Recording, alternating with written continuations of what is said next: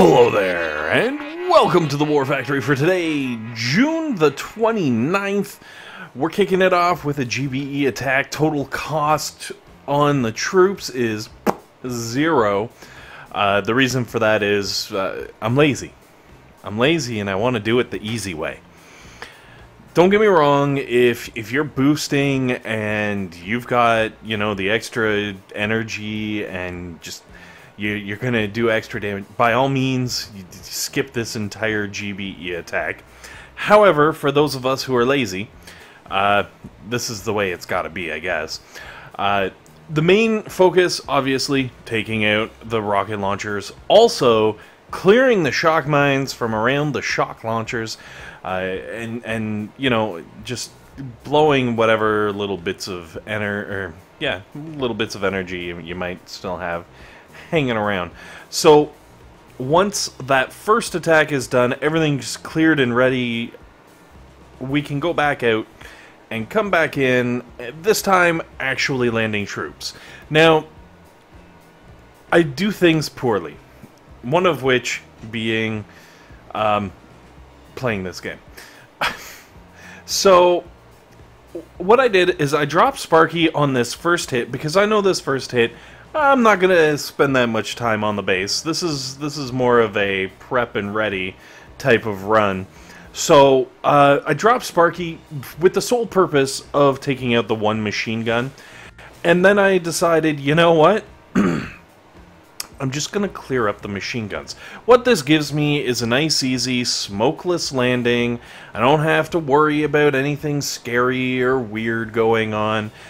You know, it's pretty smooth, and it's a nice, very short smoke from clearing that little chunk of base out to then obviously being on top of the shock launcher.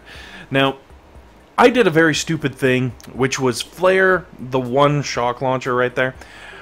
Don't do that, because you've already barraged it, it's already damaged. What'll happen if you don't flare it, the attack will actually go a little bit better, because instead of having all of your Zookas focus on one target and then kill it and waste some of their damage, if you let them just auto-attack, they're all going to split up a little bit. They're all going to take their own shock launcher, and they're going to work the shock launchers down, possibly together. They might, you know, 50-50 it or whatever.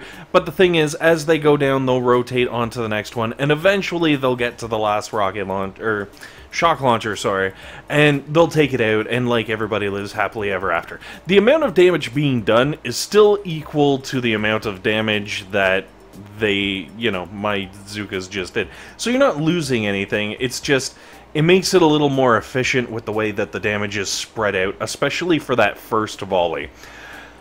Now, all this aside, if you want to flare, by all means you can flare.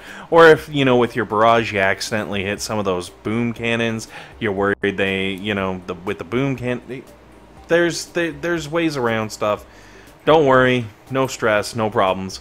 And then, obviously, once you take out the shock launchers, then it's like single targeting stuff. So you can take out the boom cannons and some of the crates and, you know, just kind of open up the back of the map a little bit for the next run, which is going to be the finisher, the coup de grace, the butt whoop from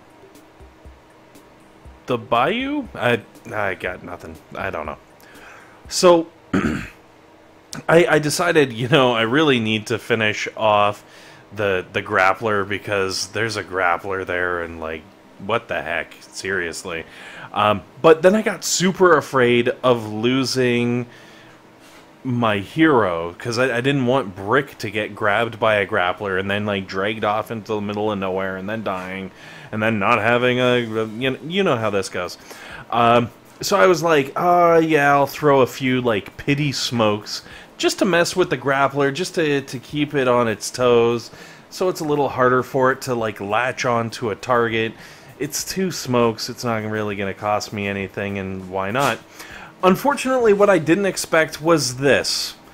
That is Brick going on vacation. Brick was just like, you know what? I get that you flared over there, but I don't give a darn. So Brick was like, yeah, I'm going on vacation. Me and my grenade launcher. See you chumps later. And, like, Brick was just out. It's okay, you know, like, no harm done, because, let's be honest, I don't need Brick to finish this off, but, you know, it could have sped it up a little bit, made it a little bit quicker and easier. And who knows, you know, if you got some people out there that want that extra little bit of love, it's a nice to have. Anyways, as you can see, that's a really nice, easy 3-shot.